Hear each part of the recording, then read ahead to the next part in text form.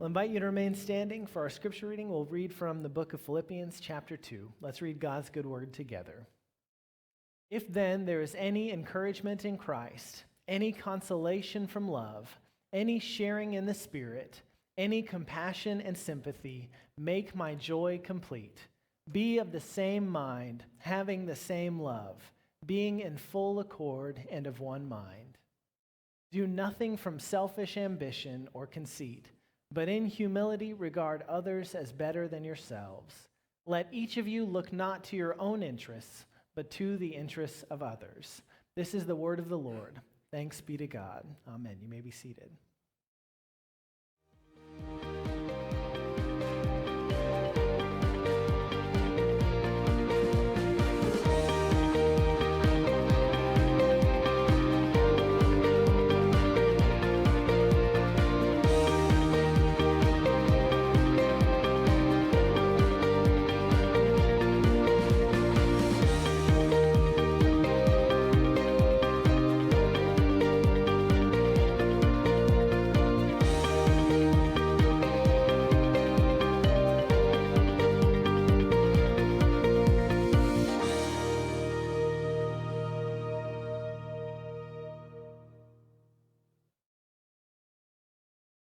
A few years ago when I was in college, it's actually it's more than I like to think. I did the math recently. It's kind of depressing. But when I was in college, which may or may not have been a while ago, a friend and I decided to go to Taco Bueno, as one does. And so I was driving, and we drove just a couple of blocks and pulled into the parking lot. We went inside and got our food, and then we walked out and we noticed that my tire was completely flat.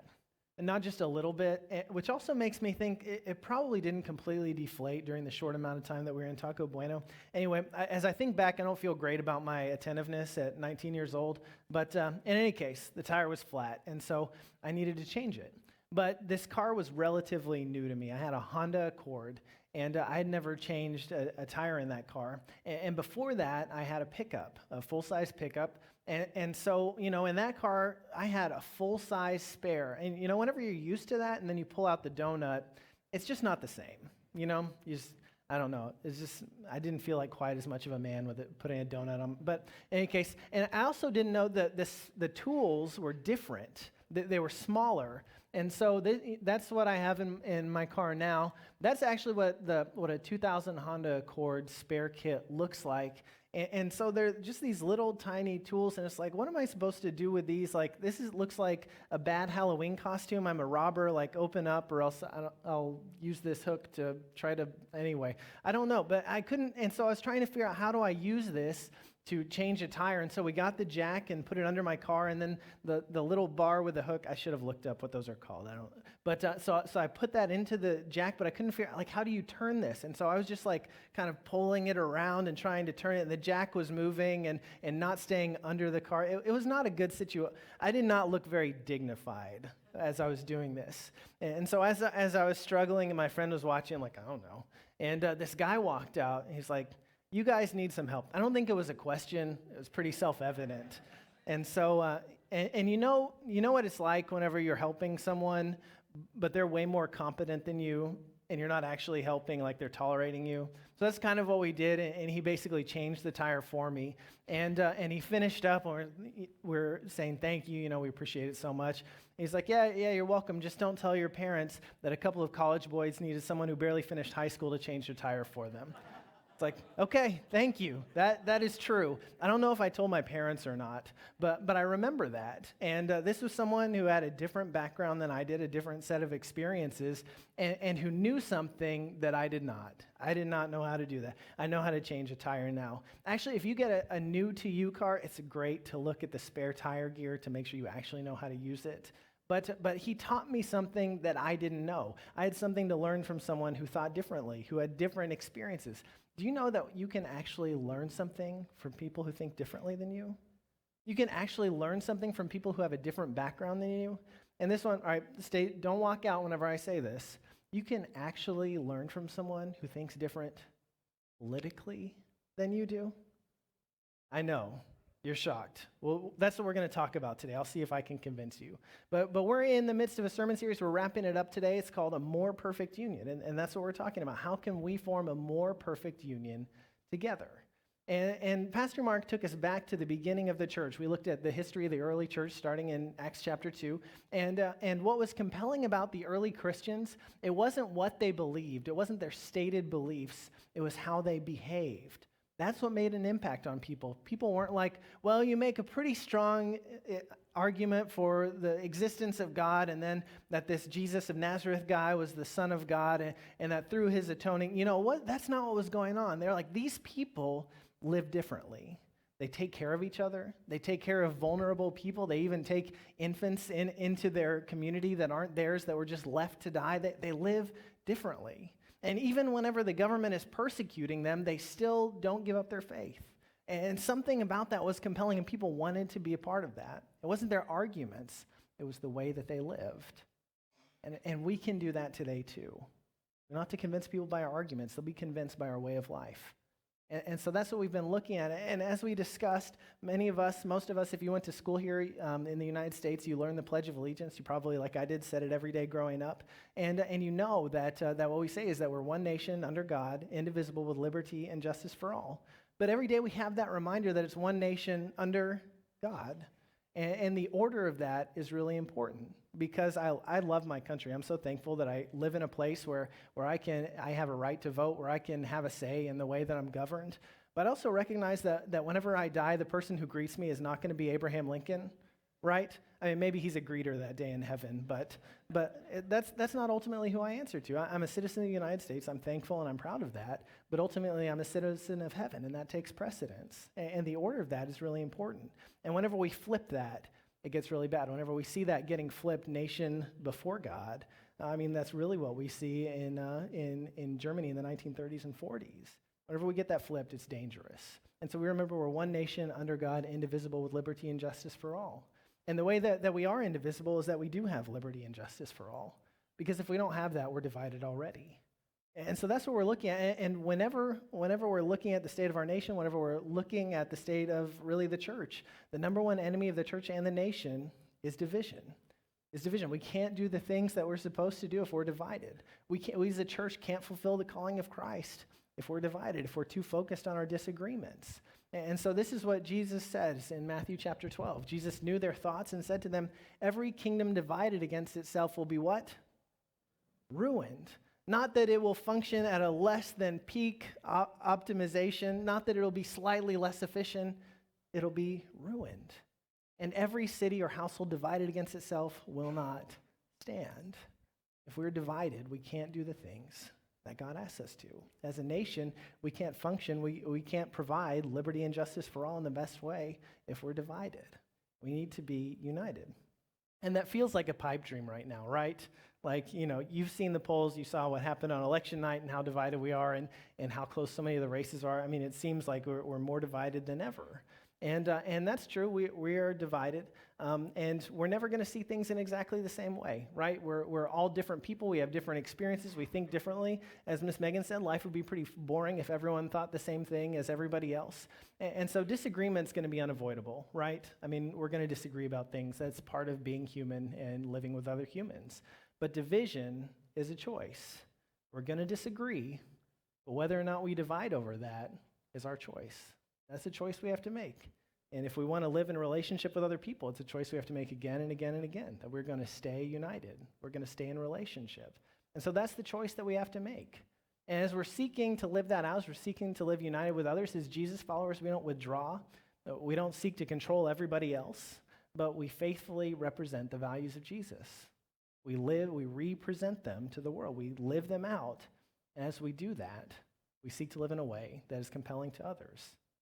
And so that's where we've been over the last few weeks. Today we're going to look at just the way that we talk to people we disagree with. How do I relate to people who see things differently? Because if we look at the political discourse, we see them as enemies, right? And so that's the question that we're going to think about. Who is my enemy? In a divided culture, we often see our political opponents as enemies who represent evil. not just people we disagree with, not just opponents who are well-meaning, but often the way that it plays out is we see them as evil. You've seen this, I mean, every election that I can think of, if this party takes control of Congress or if this party takes the White House, what's going to happen? It'll be a disaster. It'll be awful. It's the worst thing that you can imagine. And I don't know, I guess I could do the math, but I've lived through a lot of worse things that you can imagine so far. And somehow we're still standing. But that's the kind of rhetoric that we use. There are enemies, they're evil, and they can't be allowed to take power. It'll be the worst thing that could happen.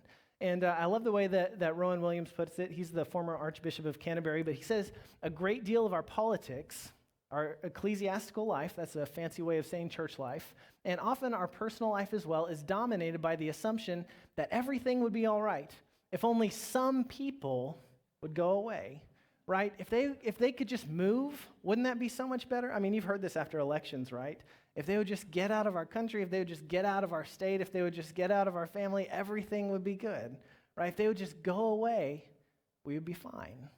Listen, if you think about yourself being a part of the people who should just go away, that doesn't feel great, does it? But that's the way we talk about each other. And whenever our opponents are evil, they become an existential threat, right? I mean, that's the way that we talk. It is a threat to our very existence if they win, if they have a say. And so they have to go away. And one of the things that I think is most lamentable about the current state of affairs is that as a culture, we've made a virtue of contempt. We've made a virtue of contempt.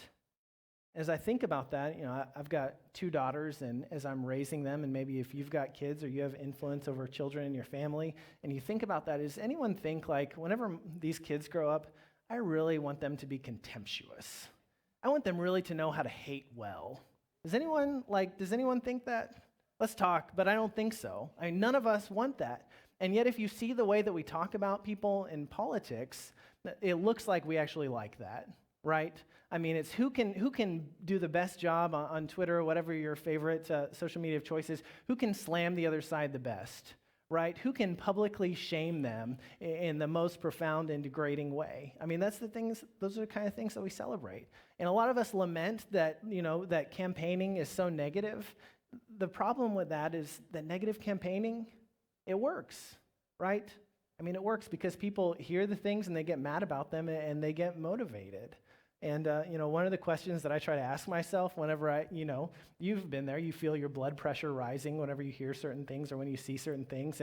And one of the things I try to ask myself, am I the kind of person that this works on? Am I that kind of person? Because if it stops working, people will stop doing it. But we've got to stop acting in a way where we're encouraging people to have contempt for others, to act with contempt, to speak evil about other people. Because no one thinks that's a virtue, right?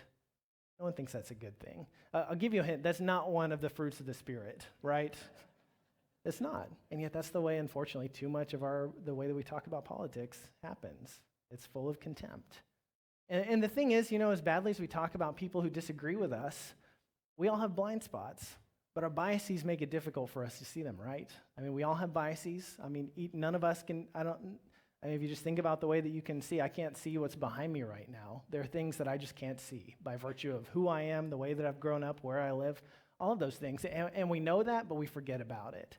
And so, you think about this, we have this great thing called confirmation bias. And it's so great whenever it's working for you. Like, it makes me feel like I'm right all the time. Like, it doesn't matter what the evidence is. I know what the conclusion is. I'm right.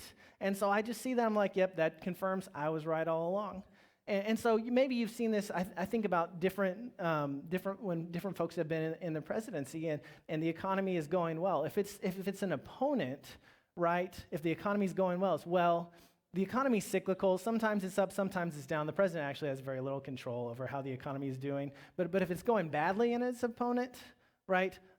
Clearly, it is their policies that has caused this. We have to get them out as soon as possible, right? I mean, it's confirmation bias.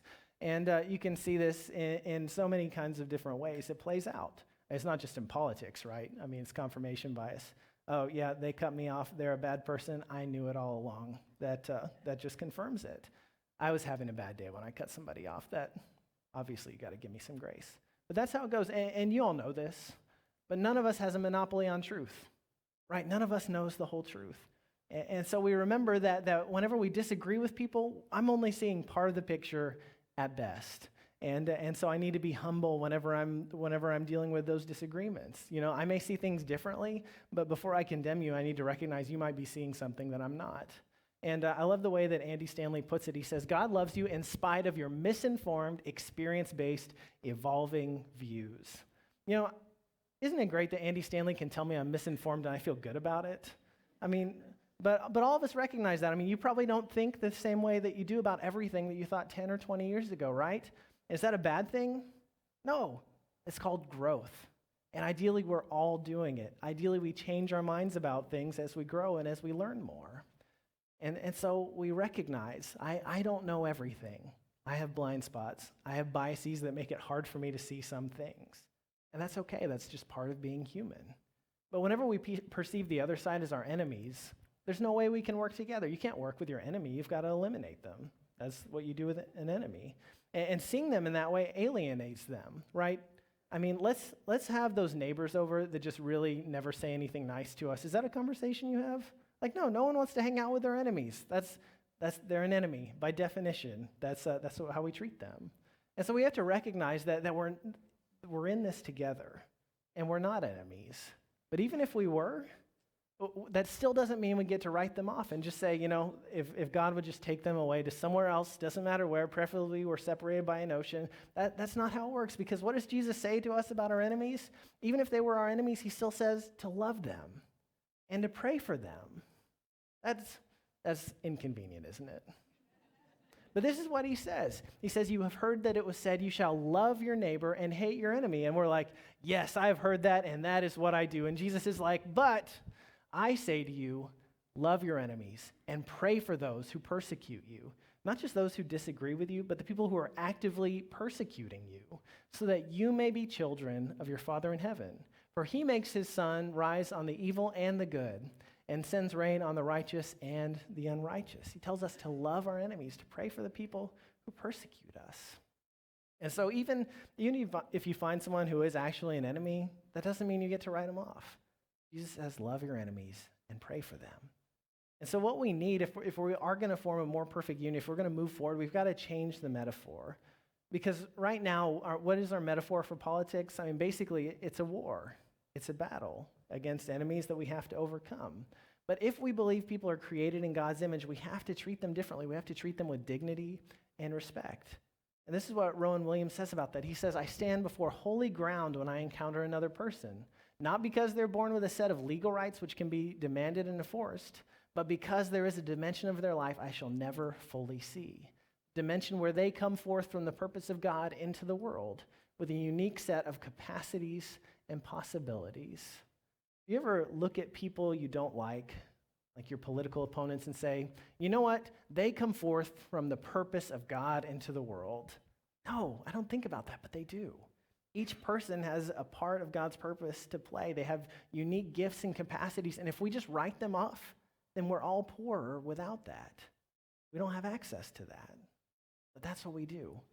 And here's the thing, people created differently than us, just like that guy I met in the Taco Bueno parking lot, they can broaden our own limited perspectives. We can actually learn from one another. One of the things that, so around this time of year, I think, I should make some gifts for people. And so I've got a lathe, and I'll make pens out of wood. And whenever you do that, you start with this rectangular block of wood, and then you've got to make it round, because, if you've ever written with a rectangular block of wood, that's not a great writing experience. And so you've got these really sharp chisels, and they have to stay sharp, or else it just breaks. It's not a good experience. It doesn't work well if they're not sharp. But and so I've got this honing piece that's diamond, and you basically grind it against the chisel against this diamond. It's like a credit card essentially. You can't charge it anywhere, but you have to put these together, and it actually removes material and sharpens it. And because of that, the cutting tool is able to do its job. And I think about that. I think about this verse from Proverbs 27. It says, "Iron sharpens iron, and one person sharpens the wits of another." And you think about this. Whenever you take different things and you put them together, they can actually make each other better. like two pieces of metal that you're using, like sharpening a knife or a chisel, that can actually be better through the encounter of those things. And this is something that we've known for a long time. Whenever you have two ideas, if you can see beyond just either this side winning or this side winning, we might recognize that the best way is not left or right, but it's actually up. And if we hadn't had this conversation, we never would have realized that. By bringing our disagreements together, we can actually learn things and come to conclusions that we never would have come to without one another. And I don't want to offend anyone, but did you know you can actually learn something from Republicans? Did you know that you can actually learn something from Democrats? I know, all right, no one get up and leave, but it's possible. We can actually learn something from the people that we disagree with. We can actually make each other better if we're willing to have the conversation, if we're willing to stay in a relationship. If instead of seeing diversity of thought as a threat, we can see it as a gift that helps everyone. But it means we have to change the way that we think about it. We have to change the way that we think about our politics and our disagreements, because our dominant metaphor for politics is a battle. Our side, the righteous, against their side, the unrighteous. And whenever you see that, you lose, or at best, you're sent into exile. At worst, you die, right? I mean, that's not great. But what if instead of seeing disagreement as a battle to be won, we saw it as an opportunity to learn? What if we saw it as an opportunity to learn? If I hear you saying something that I disagree with, what if instead of realizing that I have to convince you of my way of thinking, I actually think that maybe this person has something to teach me? And whenever we change our metaphors, it opens up new possibilities. So this is something that I've learned from Pastor Robert. Whenever he's working with married couples, whenever we get stuck in our marriages, sometimes we think about it as a battle, right? We talk about, we're just really in this struggle, or we get into fights and we're trying to get through this, or we're really wrestling with this. And what he tells them is basically, don't use any metaphors that have to do with battle.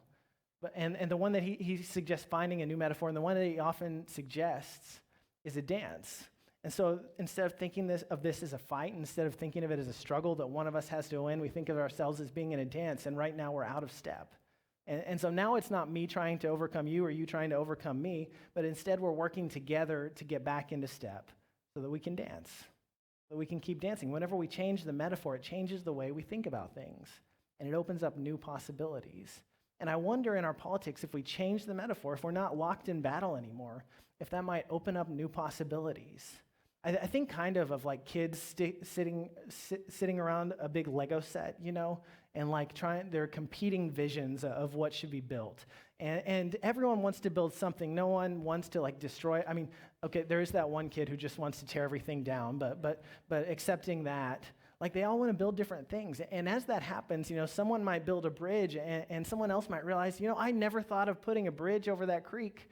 And probably we don't need a suspension bridge because it's only about 12 feet wide, but that's a great idea. And what if we did this instead? And we could actually see it as a constructive process. You have your ideas, and I start to think of something that I'd never thought of before, and I suggest something new, and instead of competing, we're actually going together. We're actually trying to build a more perfect union together. Because that's the goal, right?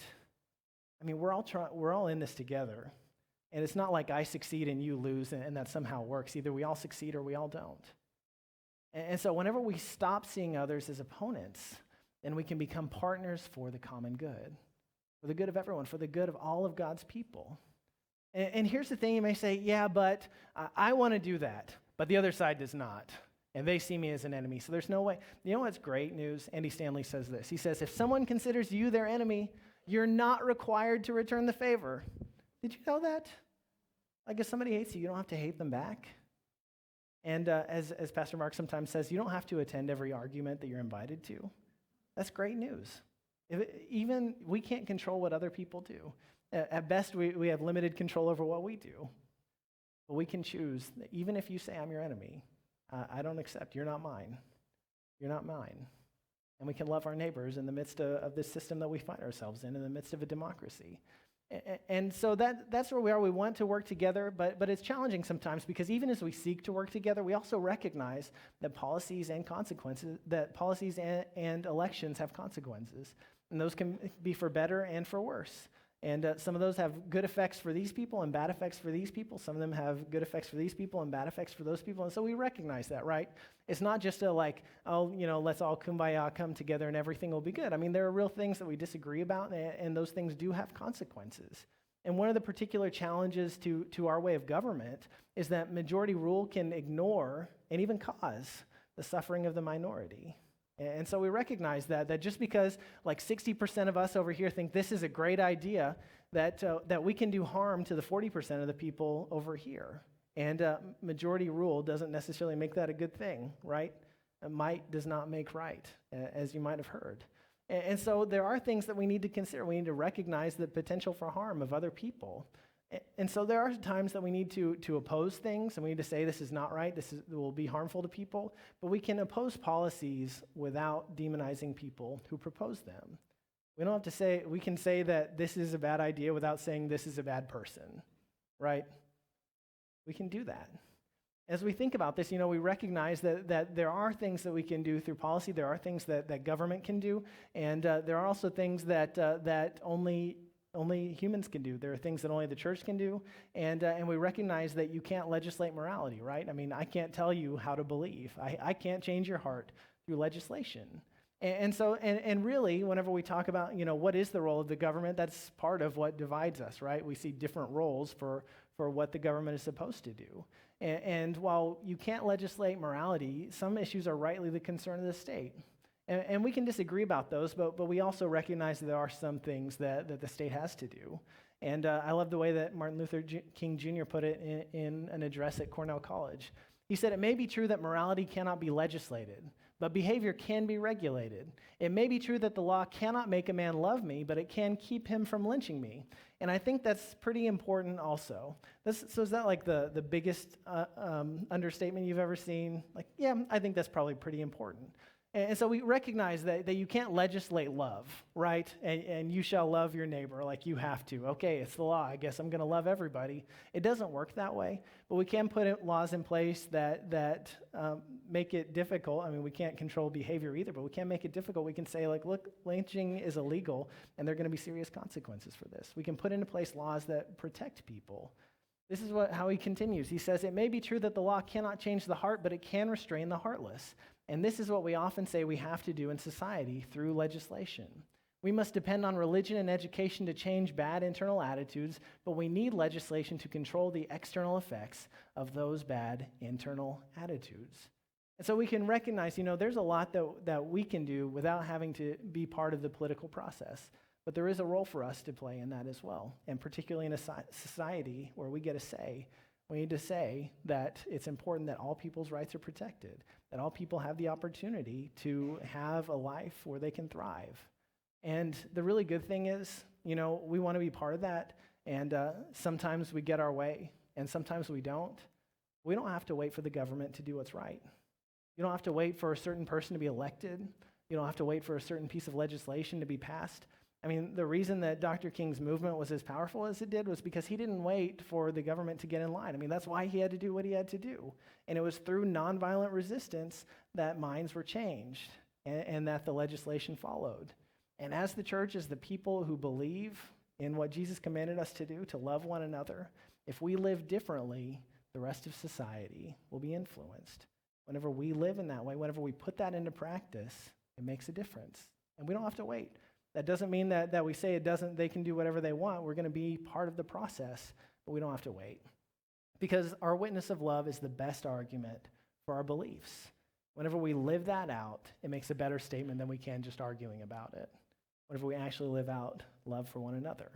And you've heard Pastor Mark quote this, but I think it's so good we need to hear it again. The best criticism of bad is the practice of better. Is the practice of better. Someone criticizing you and tell you how awfully you're doing something is not super helpful, right? Wow, you shamed me so much. I really want to change. Thank you for doing that. Whenever you see someone acting differently, whenever you see the way that they conduct themselves, you think, sometimes you'll think, I don't agree with that person, but there's something about them that maybe I need to consider what they have to say. The way that they live, the way that they interact with other people, there's something about that, and I want to know more. We can actually learn from one another. And whenever we live the way of Christ, it makes a difference. It makes a powerful difference. And so as we try to live that out, I want to give us a few guidelines for living toward a more perfect union as we try to do that in the way that we live our lives. And so the place where we start is we tell the truth. We tell the truth, even when it makes our side look bad. And I know that's not super fun because it's more fun to talk about what the other side did bad. But if we do not police ourselves, like it's just going to continue on the downward spiral that we're already on. We have to be willing to say that, look, yes, my party did that, and that was wrong. And acknowledge that if we're going to ever have hope of growing. So we recognize that we have to tell the truth. We can't start with just, yeah, but they did this, or just they started it. Did that work for you when you were a kid? He hit me first. Oh, okay, well then, did you hit him hard enough? Do you want to make sure that you did that? That's not what my mom taught me. And yet that's a lot of what flies. Well, we just have to. We have to lie about this because they're going to lie worse. Like, no, we tell the truth. We tell the truth because it's who we are. And then we put the common good above our personal good. So whenever we're considering who we vote for, whenever we're considering what we're supporting, we recognize that this doesn't just affect me and mine, but that it affects the people over here as well. And we have to ask, is this something that's just good for me or just good for people in my circumstances? Or is it good for everyone? What is the greatest good for the greatest number of people? And sometimes that means that life might be a little more inconvenient for me, that it may not be the thing that I would have chosen if I got to choose in a vacuum. But we recognize that the things that we support have an effect on other people. And so if it has a negative effect on others, then I'd be really, really careful about supporting that. And particularly, as Jesus reminds us, on people who are vulnerable. We've got to pay attention to that. And so we put the common good above our personal good. This is how Paul puts it. He says, do nothing from selfish ambition or conceit, but in humility regard others as better than yourselves. Let each of you look not to your own interests, but to the interests of others. We look to the interests of others and not just to our own. And then we put people over policies. If it becomes more about an issue than it does about the people who are right in front of us, the people who it actually affects, then we've really lost our way. Then we've really made it all about winning, about getting our way. And so we put people first. Why do we do that? Well, because Jesus told us to. And so somebody asked him, teacher, which commandment in the law is the greatest? And he said to them, and you all know this, he said to them, you shall love the Lord your God with all your heart and with all your soul and with all your mind. This is the greatest and first commandment. And the second is like it, you shall love your neighbor as yourself. On these two commandments hang all the law and the prophets. And so we prioritize love. There are a lot of situations in politics and society that are complicated. And, we know what we're supposed to believe because we're in this party and they said, yeah, this is the list. And we're like, okay, yes, we've got to check all these boxes. But if we're honest about it, there are a lot of things that we don't know about. There are a lot of things that are difficult. And even if we think we know what's right, sometimes it's difficult to know, what do I do about it? How can I make a difference? And I think this is really helpful. This is what Andy Stanley says. He says, when you're not sure what to say or do, ask what love requires of you. Ask what love requires of you. And so I'm in this difficult situation. I don't know what to do. There's this issue I don't really know what to think of. There's this election and I don't know who to vote for. What do I do? Well, ask yourself, what is the most loving thing that I can do? And we may not get it right every time, but if that's what we're seeking, if that's the guide that we're following, we're going to get it right more often than not. What does love require of me? And then finally, I think most importantly, we put our hope in Jesus. Our hope isn't in politicians. It's not in governments. It's not in nations. It's not in whether or not this policy is enacted. It's not in whether or not my side wins. I mean, the early Christians were not in political power, right? And they were subjugated people. They were subjects of Rome. Their religion was not legal. And yet, they continued to follow Jesus because their hope was in him, not in anyone else. And even whenever they were losing, they lost well. This is what historian John Dixon says about that. He says, this is what made Christians good, even cheerful losers. That's not really something that we think about, right? Is anyone cheerful whenever they lose? But that's what the early Christians were. And what made them that way was the thought that they had already won. Their role was simply to remain true to the way of Christ, seeking to transform the world through prayer, through service, through persuasion, and suffering. And why did they believe that Christ had already won? Because of Easter. Because they knew that he was crucified and rose for their sake and for the sake of all the world. And so whatever it looked like, whether it looked like their side was winning or losing, they knew who had the victory, and it was Christ. And they had the hope that he would return and would make all things right. And this is how the Apostle John describes it. He says, "Then I saw a new heaven and a new earth, for the first heaven and the first earth had passed away, and the sea was no more. And I saw the holy city, the new Jerusalem, coming down out of heaven from God, prepared as a bride adorned for her husband. And I heard a loud voice from the throne saying, 'See, the home of God is among mortals. He will dwell with them. They will be his peoples, and God himself will be with them. He will wipe every tear from their eyes. Death will be no more. Mourning and crying and pain will be no more, for the first things have passed away.'" And so in the midst of a divided society, in the midst of the political struggles we face, we do our best to make the world a better place, but we know that ultimately it's God's to do, that we can't do this. And yet God also invites us to be a part of it. God invites us to be a part of changing the world. And together, if we're willing to set aside our differences, if we're willing to work together, we can be part of a world where there are fewer tears to wipe away, where there is less mourning, where there is less pain. We can do that whenever we work together, whenever we are willing to put love over party. We can form a more perfect union. And we can be a part of what Jesus says whenever he says, "See, I am making all things new." He invites us to be a part of that. And so the place you're going next is probably for a lot of you Thanksgiving. And so here's some ways I want to invite you to try to live that out with me. These are our action steps for this week. This one is also from last week, but with the holiday coming up, I think we need a reminder, or maybe it's just me. But be a non-anxious presence in the midst of conflict this Thanksgiving. There is probably, unless your family is a lot different than mine, somebody is going to disagree with someone about something, right? And so whenever that does that, you can set them straight, you can put them in their place, and you can even shame them in front of the family. Probably not the best idea. Or you can be a non-anxious presence.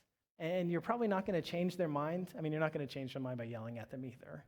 But just by being a calm, non-anxious presence in the midst of conflict, you can actually change the situation. The situation will be better if you're in it. And so take a breath and be a calm, non-anxious presence this Thanksgiving.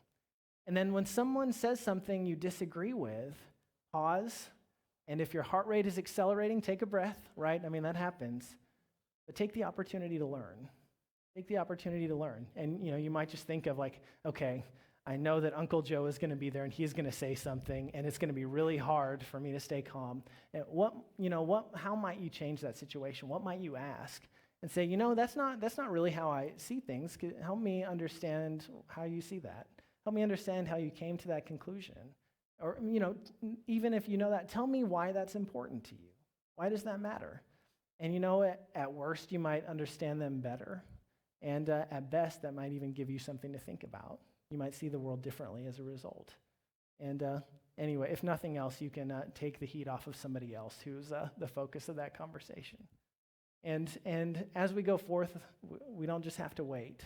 We can actually start working for good in the world. And so put your beliefs into action for the common good.